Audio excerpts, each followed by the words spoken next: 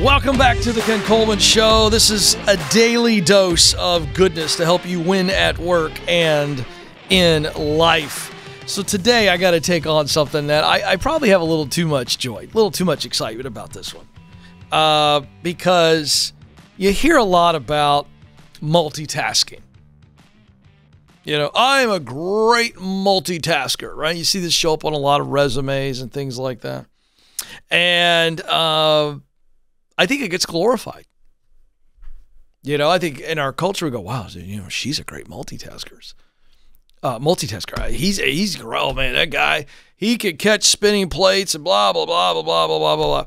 And the research is not backing this up to the point that it's actually a detriment to you. This is fascinating.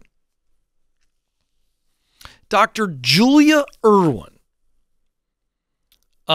is a psychologist, a lecturer in psychology at Macquarie. Macquarie. Oh boy, Alex, I'm not hooked on phonics today. Macquarie University, we'll go with that. This is a direct quote. She said, several scientific studies around the world have concluded the brain doesn't switch tasks like an expert juggler. Quite the opposite. It can reduce your IQ by as much as 10 points, cause mental blanks, and reduce your productivity by 40%. Okay, what about women? I mean, I've gone on record, like the idea to me, the notion that women are better at multitasking than men holds up. I go, I'm not arguing with you for that for half a second. I think that's right, actually. Well, guess what? Not true. Sorry, Amanda. But I would say, Amanda, you're much better at multitasking than I am. But the bar's low, so don't get too excited about that. Not one single psychological study concludes that women are better at multitasking than men. Now, back to the quote, because I feel like, Alex, I've got some bonus content for men today that are married. So if you were in a married relationship, take note of what I'm about to tell you. This is bonus content. I don't know if this is going to work, but I think it's a possibility of a get out of jail free card. I'll explain. Back to Dr. Julia Irwin's quote. Several scientific studies around the world have concluded the brain doesn't switch tasks like an expert juggler. Quite the opposite.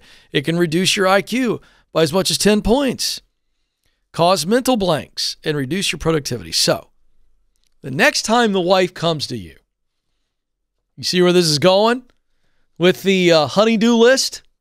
And it's got 17 things on it, Nathan? You know what you tell your wife? Honey, I really can only do one or two of these things because studies show that if I try to get all 17 of these done today, that my IQ is going to drop by 10 points, that I'll have mental blanks. And we don't want that because you've got girls' night tonight. And if I have mental blanks while you're gone taking care of the kids, we are putting the kids' health at risk, honey. I can't do it all. Like I said, I didn't say it was going to work. I'm just saying, Nathan is shaking it off. He thinks it doesn't work. You know what? You're probably right. I think if I say that to Stacy, she comes back with a pretty quick quip on your IQ is not, it can't suffer much more. Yeah, like at what point do you get to diminishing return? Like it's not going to hurt me. There you go. Now, in all seriousness, multitasking, okay, does not help our productivity. And the reason it doesn't is because it's actually dividing our focus. So the studies and the science on this say it's dividing our focus. All right? I mean, think about that. Of course it is. Trying to do 3, 4, 5, 6, 7 things at once, you are focused on 3, 4, 5, 6, or 7 things. And so you are not fully operating and fully focusing your attention, your skill, your desire. Come on. You're not applying it all. And you know what's funny about multitasking is? It is a myth and it is a temptation to get us to believe we're doing more. Well, I mean, I'm doing 5, 6 things all at the same time. Well, by definition, you can't do that. So why do we say it? Trying to get more done. And I want to pause for a second, because when I point something out like that, that is so obvious and so simple, I want you to get that I'm not trying to be Captain Obvious here. I want to point it out to where you go, you're actually right. But what's at the surface? What is below the surface? What is below the surface here is that we can't say no. If you are a person who's overwhelmed and then you've turned it into a badge of honor, you're a person that's always busy, and it's become your identity. It's because you have a problem saying no.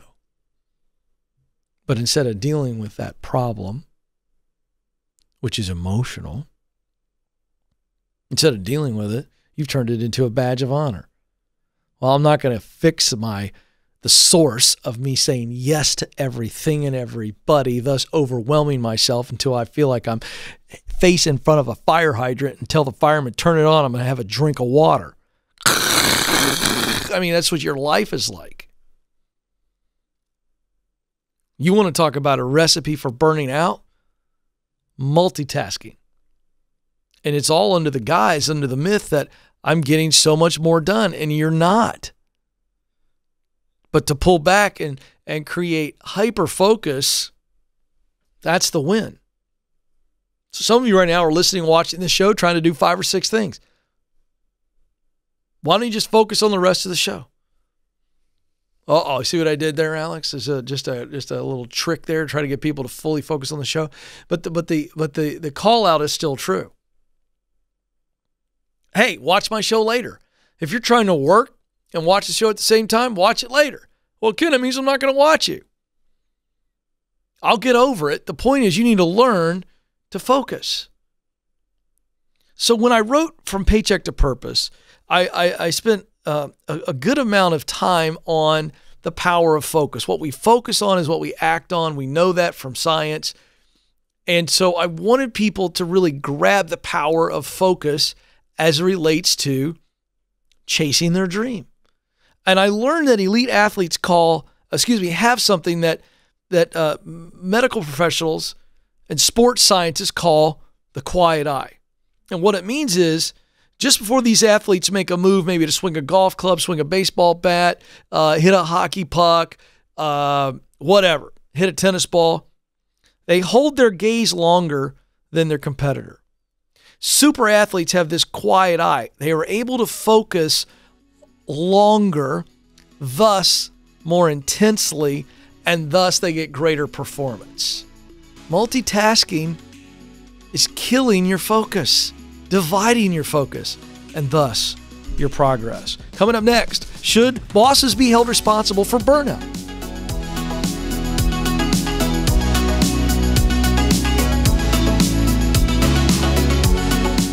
You were created to fill a unique role through your work, but it can feel overwhelming to figure out what that is. That's why I created the Get Clear Career Assessment. In just 15 minutes, you'll get customized results that clarify what you do best, the work you love to do, and the results that motivate you. All this helps you discover what you were born to do. And you'll get a list of professional possibilities to help you in your job search. To get started, go to kencoleman.com/assessment.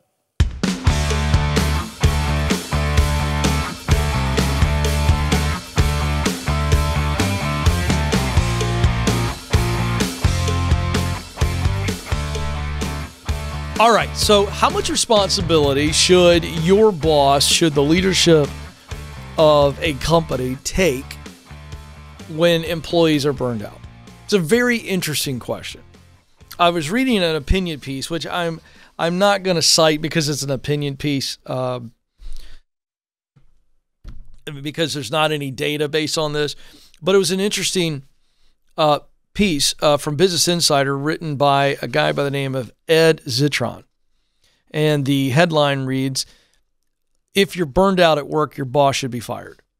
I thought it was a compelling statement, obviously. I mean, this is meant to be provocative. I love a good provocative statement. Okay. And at first I was like, okay, see what you're doing there, man. Well played. That's going to get some clicks, right? Guarantee you that performs well, okay?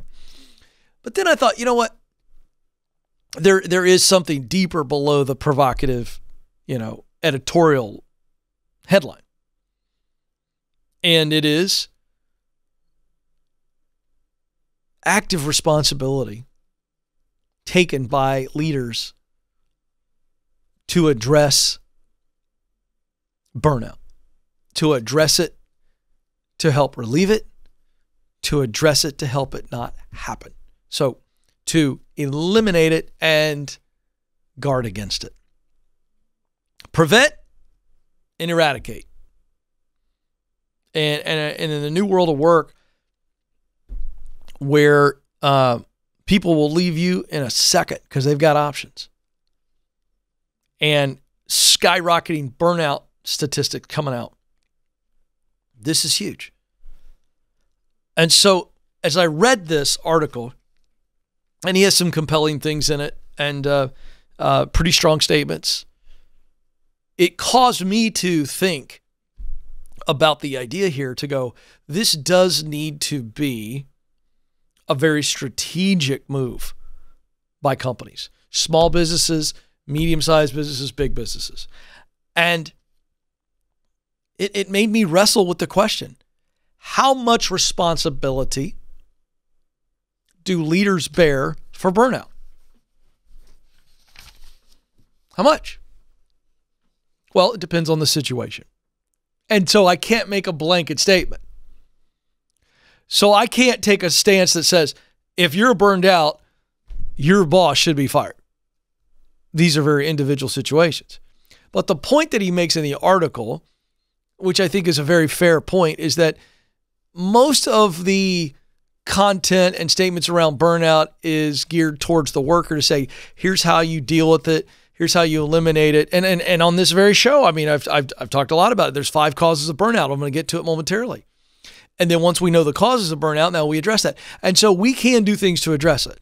And so I would hold that that is still the case. However, I do agree with him that there are many times where burnout has nothing to do with the worker, and it is brought on by poor leadership, which a leader is either driving the direct cause of burnout or is allowing the multiple causes of burnout and doing nothing, because in some cases they don't even know.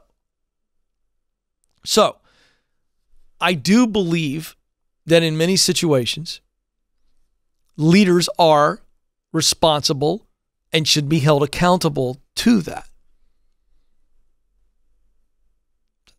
Not all the time, but sometimes. However, even if the leader is not the cause of it and is unaware of it, they have now got to say, I can no longer be unaware. And so how do we do that? Okay.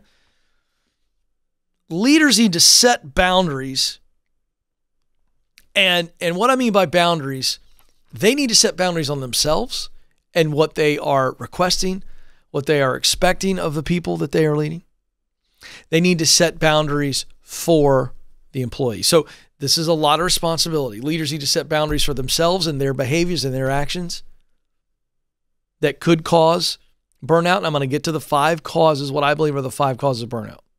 But I believe leaders must set their own boundaries for their behavior, and then they must set boundaries in the act of leadership and serving the employee, set boundaries for the employee and hold the employee accountable to them, going, hey, I want you to leave. It's 5:32. Please leave. That's not a jerk leader. That's a freaking awesome leader. What you need to know, leaders, is the psychology of most people, which is this. You can say as a leader, hey, I want you to leave at 5:30. No questions asked, leave at 5:30. If you're not leaving at 5:30, I need to know why you're not leaving at 5:30. And it better be a good reason. Now, you could say all that and they go, wow, whoa, I've never heard that before. Ah. But when push comes to shove, they're in the middle of an important project and you're not around watching them, and they go, I need to spend 45 minutes on this. I really should spend 45 more minutes on this. That's going to get me out of here at 5:50.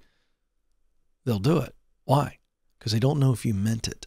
They know you said it, but they don't know if you meant it. This is where you have to model it and kick them out of the office. It's a good thing. Now, second thing leaders need to do.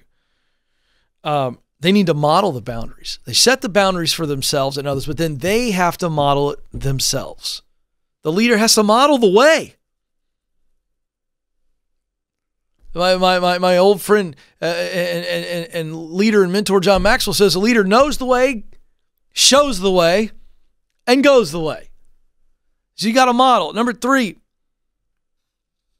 make sure that you have laid out clear expectations of what a win looks like in someone's job. So you give them all the boundaries about work and overwork and all this, but they also need to know, and we call these key responsibility areas here at Ramsey Solutions, they need to know what you expect of them. And then they can self-monitor overworking or stress, and then they can come to you and go, okay, here are the expectations. This is stressing this out here. So you got to start there. And then 4th, you got to have clear communication with them on a regular basis. Hey, how you doing? Well, I'm feeling stressed out because this is my KRA, but this external situation or this internal situation is affecting my ability to get that done. And it's stressing me out and it's causing a lot of stress, and I need your help from a leadership standpoint to tell me what we need to do about it. So if you're sitting there listening to them on a regular basis, talking with them, hey, how you doing? How can I help you win? All right. If you're doing that, then we're going to have really clear communication, and thus the boundaries will be able to just be this healthy, breathing, living thing that everybody works well with. Now, I wanted to address that first because leaders, you need to deal with this. The burnout is exploding in this country, and quite frankly, around the world. And so for those of you that are new to the program, I want to, and I've written an article on this, kencoleman.com, you can go read it. There's 5 causes of burnout. And you need to understand the causes. Just as you would go to a doctor and say, I have a sore knee, and then the doctor would go, okay, what are the other symptoms? And they would learn all of the symptoms that they could from you and then go about diagnosing it. So I want to give you the causes to your burnout symptoms. So then you can go, oh, now I know how to fix this if I know what's causing the pain. Number 1, you're overwhelmed. You feel like you're drowning the moment you pull into the parking lot or the moment you arrive at your desk. You're overwhelmed, drowning. Number 2, you feel underappreciated, overlooked. Nobody sees you. They don't recognize you. They don't reward you. You feel as though you're just kind of a zombie walking through the hallways, or you're just out there in remote land and you don't feel valued. Number 3, you're in a toxic situation, toxic coworkers, toxic leader, toxic. 4, you're bored. No new challenges, no new training to do anything new. You can just kind of live on autopilot. For some of you, you love that. That's quiet quitting, they say. Others of you, you go, something's missing.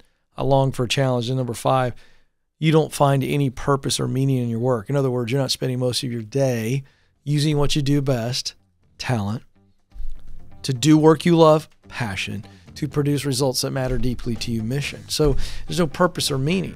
And those are the causes of burnout. Dive in. Make the fix. Life is too short to just live for the weekend.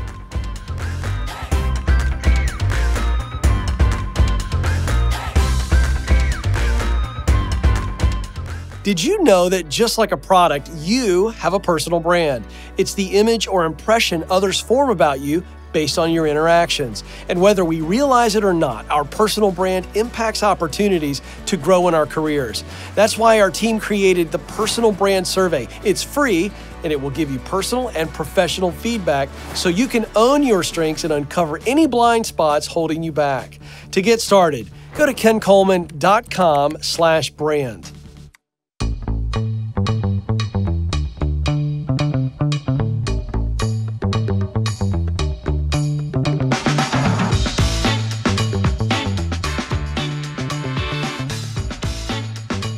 Welcome back, folks. Thrilled to have you with us. Of the people, by the people, I'm Ken. And when I say of the people, by the people, for the people, I mean it. A little bit later in the program, our last segment, I'm very excited We have one of our former callers, Jen Hoskins, now a big shot on TikTok, and I couldn't be prouder of her. She's going to join us via video call. Been wanting to do this for a while, and Alex and Nathan are rock stars. Amanda, Joe, the whole team back there. If I'm not mistaken, this is our first live video call in the show, so this will be fun. Maybe this is the beginning of something exciting. Well, anyway, Jen's going to show up and tell us about the call that we had, what she did, and I'm going to show you one of her TikToks, and she's blown up, and we want to support her. And I couldn't be prouder. Like I feel like a proud papa, although I did nothing, and she did it all. So that's coming up.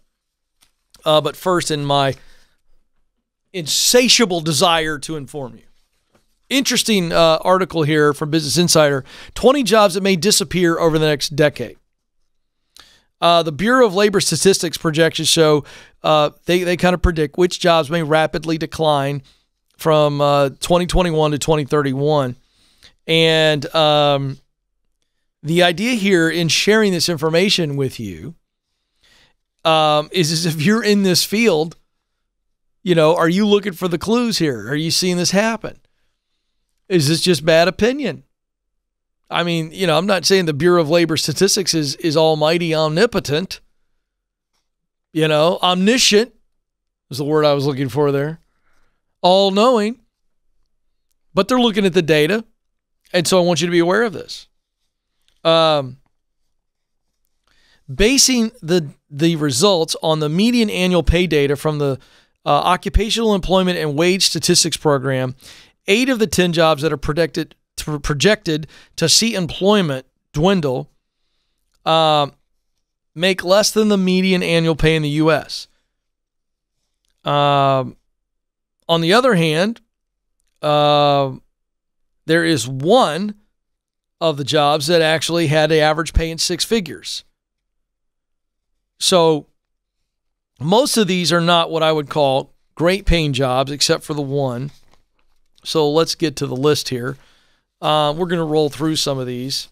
I don't see number 20, so we'll just go with what I got here. Hand grinding and polishing workers.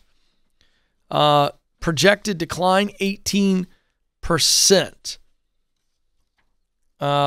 Median annual pay $35,000. Legal secretaries and administrative assistants. Decline of 19.2%. Median annual pay $47,000. Aircraft structure surfaces rigging and systems assemblers. Projected to decline 19.4%. Median annual pay $49,000. Executive secretaries and executive administrative assistants. Employment is projected to decline 20%. Annual pay, median annual pay $62,000. I want to stop right there for a second.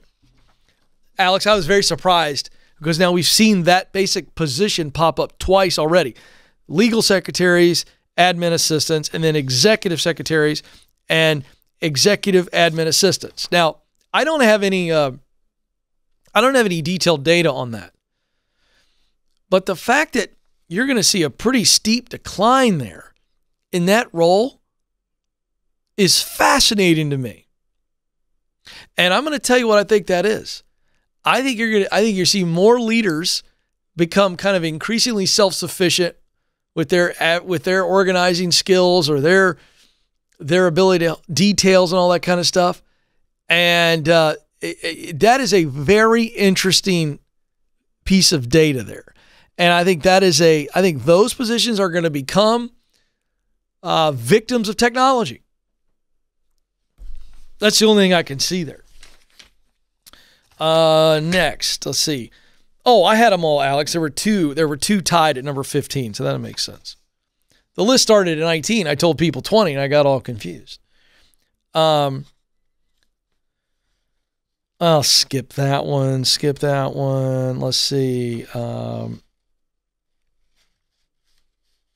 Skip that one. I'm skipping some of these because I think they're so niche-y. motor vehicle electronic equipment installers and repairs. This is interesting because this to me is a trade. So like vehicles, like you go get your stereo. Joe, I remember the first time I installed a aftermarket stereo in one of the pieces of crap that I was driving as a teenager. You know what I mean? And I say this to Joe because I don't know if anybody else in the booth will remember this. Amanda would. You remember Circuit City? Sure. Before they went out of business? The big red plug. The big red plug, man. You remember Circuit City, Alex? So that's where I got my, I drove on in there and I got myself a stereo. And I was very excited about it. I mean, I was literally driving a Mazda 626 with about 267,000 miles on it. This thing was such a piece of crap that you could pull the key out of the ignition while you were driving. It was like a party trick with my friends, and I'd take girls on dates, and I was like, look, I just pulled the key out of the ignition. It never went over well with the dates. My buddies thought it was great. And Joe, I need you to explain to me later how that was possible. But it had a grounding problem. Oh, of course, he tells me right away. He knows. The guy knows everything about engines. I don't know anything. But I thought it was a great party trick that I could just pull the key out. And by the way, when I would stop at a convenience store and it was the wintertime, I'd leave the car running because I could get back in. I had the key, didn't need it. And so it was one of those like, okay. The ADHD, folks, is real. It's a real struggle. Switchboard operators. That's not surprising. Data entry keyers, employment expected to decline. Again, I'm pulling out the ones that I think are what I would call pretty standard hourly wage jobs that were in abundance. And now it's being projected they're going to go away. And I think it's because of technology. This is sad. Watch and clock repairers. That makes me sad. You know why it makes me sad? Because nobody wears a watch anymore. Alex wears a watch, but he's cool. Would you agree that it's more of a fashion statement for you than it is a technical tool? Yeah, I'm not interested in an Apple Watch personally, but... Yeah, but I mean, just the watch you've got on right now. When was the last time you looked at your watch to tell what time it was, or do you look at your phone? I check it for date. I'm noticing I always look at it when I need the date. Oh, very good. It makes me sad. I grew up, by the way, going to my grandparents' house, Joe, and they had a grandfather clock. You know what I'm talking about? It kept you up, didn't it? It was fantastic. Every hour on the hour. Dong, dong, dong. Anyway. Nuclear power reactor operators. This is the one that I told you was a six-figure job. A median pay of $104,000 is going to decline by 26%. Now we're in the top 5. Hand cutters and trimmers, declining 28%. This is a construction, woodworking, all that kind of stuff, I guess. Parking enforcement workers. This also makes me sad. Employment is projected to decline 37%. You know what this is? It's been replaced. You go in there, you get your little ticket, you scan it. You don't even need to talk to a person. Put it on the dash. And number 1, word processors and typists. Employment is projected to decline 38.2%. That's also sad. I like all those old movies, the World War II movies, where they come into the operations room and there's like 47 women all sitting next to each other, typing. You know what I mean? That's a lost art. A lost art. So you hate to see that. But why do we share that with you? It is important. Certainly, if you are in your 40s, 50s, and 60s. I think that we are going to see continued rapid evolvement of our job economy. If you think about coming out of the pandemic, how many new types of jobs there were, and with the onset of just new technology coming our way seemingly every week, things are going to change, and you need to have your ear to the ground. Always upskilling. Always have an exit strategy. This is the Ken Coleman Show.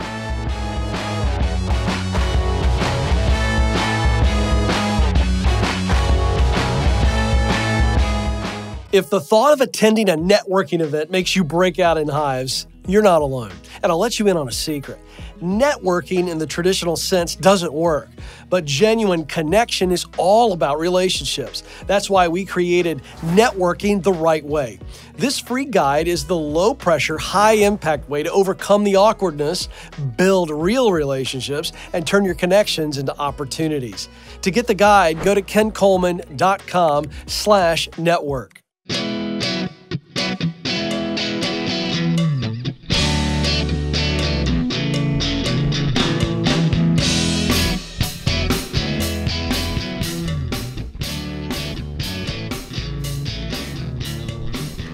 Welcome back to the Ken Coleman Show. I need another swig of water, folks. Yeah, it's good. That was just to mess with the guys in the booth with the unnecessary, unwanted sound effects. So refreshing. I feel like, Amanda, you like them. Is this true? You like my occasional sound effect, or you're just so nice that you put up with it? I do like the sound effects. I also like the voices that you do. It's funny. Thank you very much. Joe, not so much, but that's because he's a consummate pro. And no, I'm kidding. He's fine. All right, let's get to. Don't tell me, Amanda. Oh, this is a tough one. Tracy in Grand Marais. Let's find out. Grand. It's spelled Marais, Minnesota. Let's see what Tracy says. Tracy, you're on the Ken Coleman Show. Hi, Ken. Thank you so much. I am really grateful and really hopeful that you'll be able to help me today. I promise you I can. What is it? Okay, good. Grand what? Grand Marais. Dadgummit. I knew the S was silent. And Yes. as you could tell, but I wasn't sure if it was an A or I sound. Okay. We digress. How can I help? So I've really started to notice that, and it's so sad because I'm a 51-year-old woman, and this has been happening for the entire time of my workforce. What? But I realized What has been happening? I know. I'm just really, isn't it sad? I'm just starting to realize it. About a year and a half to 2 years into my job, I'm looking to leave it or looking for the next high or another job start. And I have a really great career right now, and I'm starting to feel that and face that. And I don't think I want to put that career in jeopardy. So don't. Yeah, I think right. you just self-diagnosed.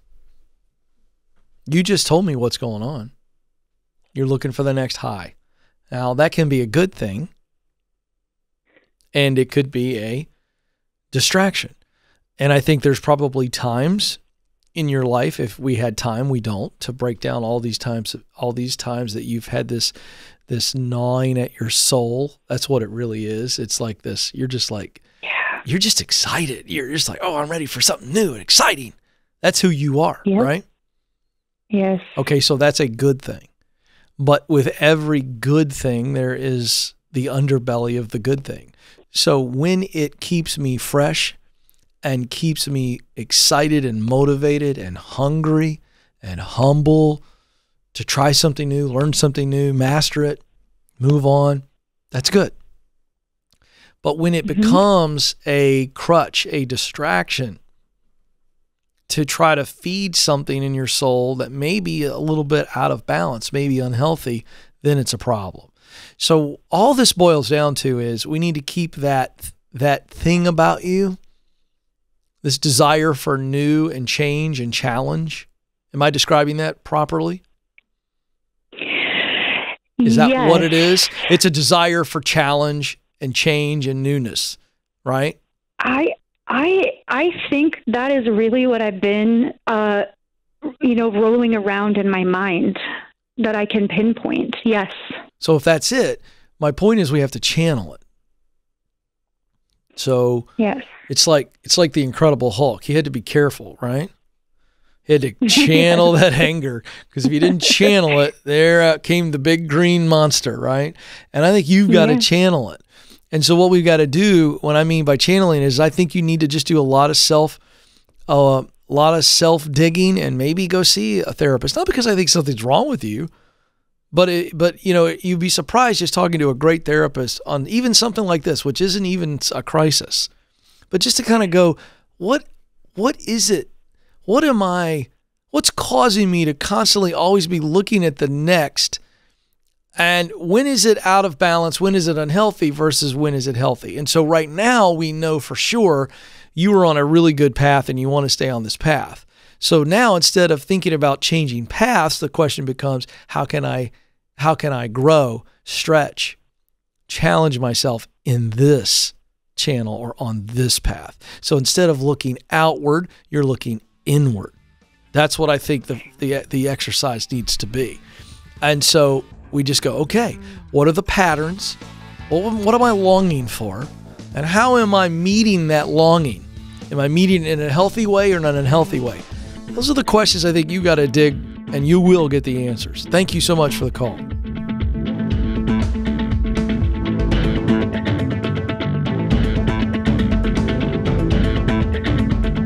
So you just landed the new job. Congratulations. You've made it past the interviews and now it's time to onboard with excellence. That's why I created How to Stand Out at Your New Job. This free checklist will help you succeed from day one and may even help you get promoted. These practical steps set you up to add value, help your team win, exceed your leader's expectations, and ultimately set you up for a successful transition. To get started, just go to kencoleman.com/new.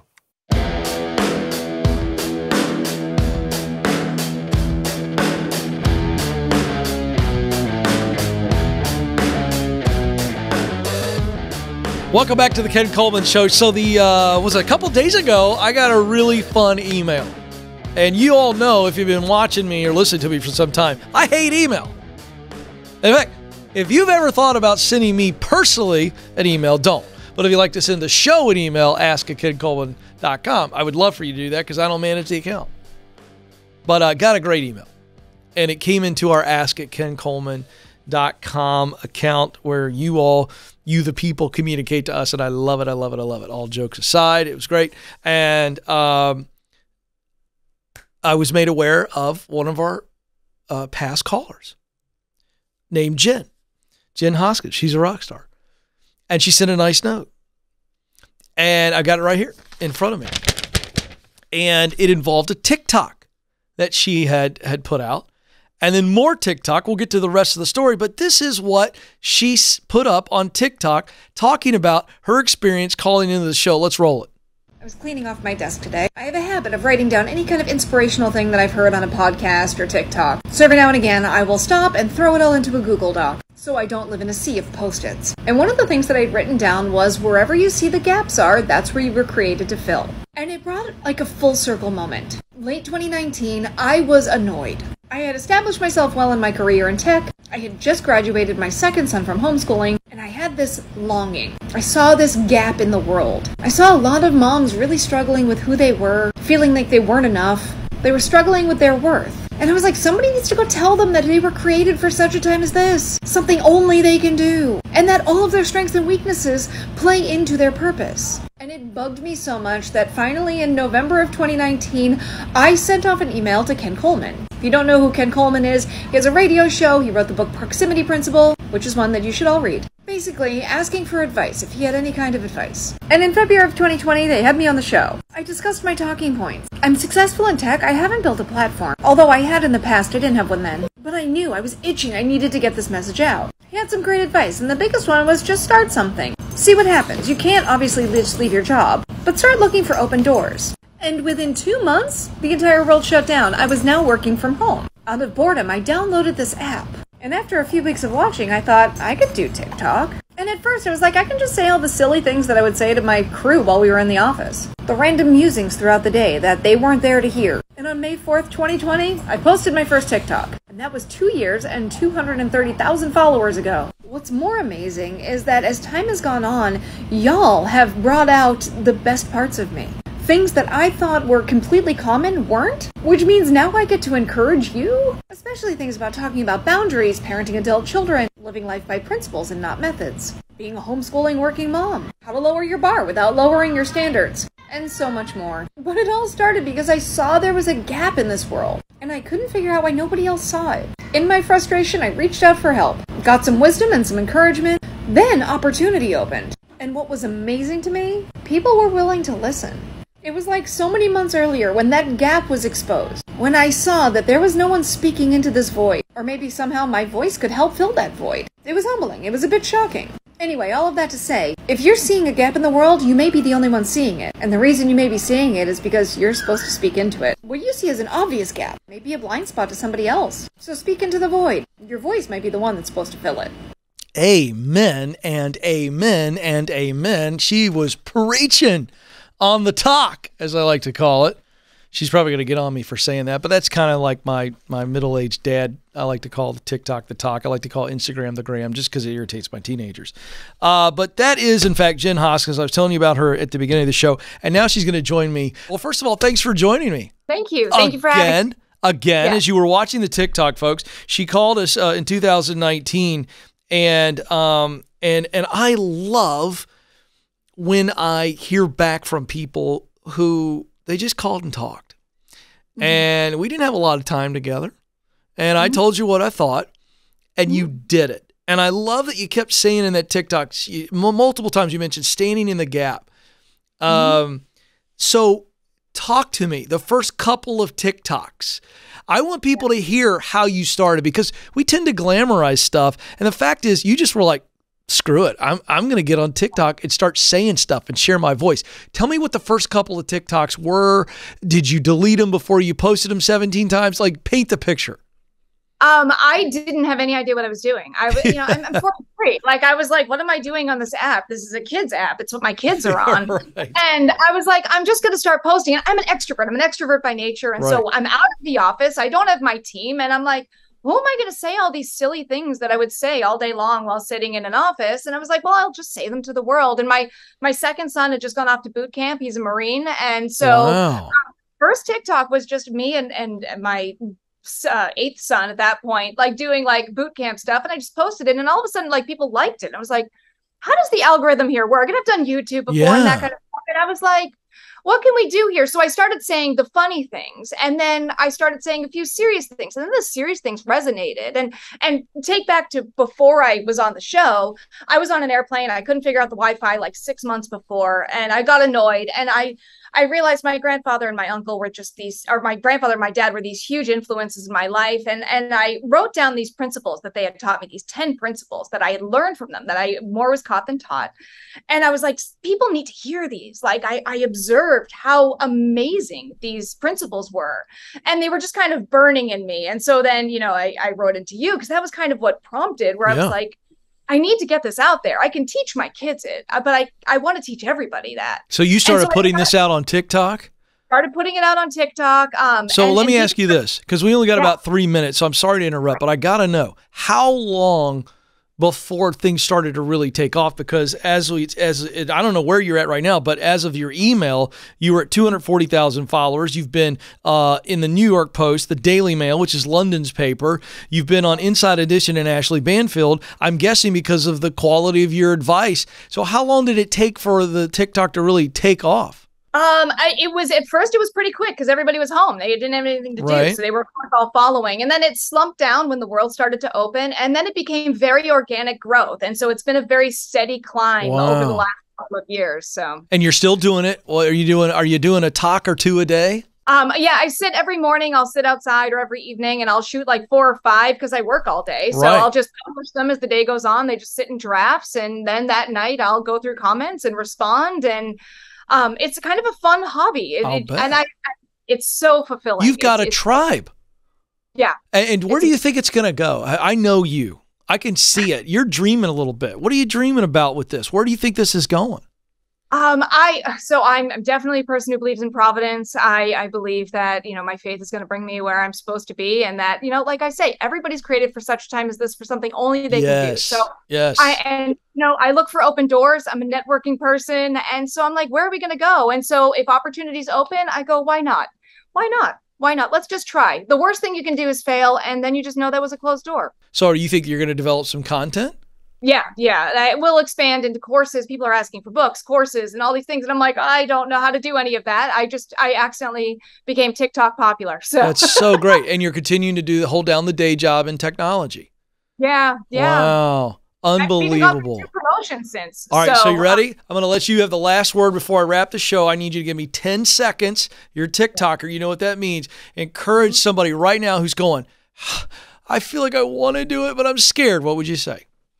Absolutely do it. You have absolutely nothing to lose.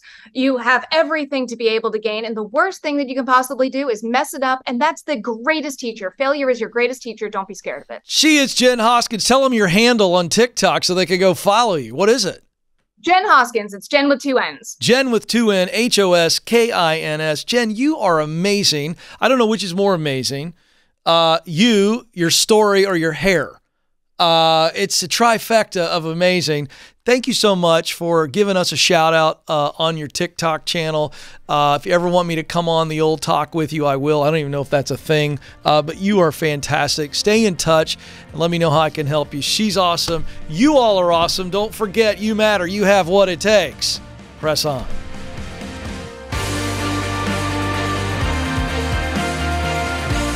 Thanks for listening to The Ken Coleman Show. For more, you can find the show on demand wherever you listen to podcasts and watch the show on YouTube. You can also find Ken across all social media by following @Ken Coleman.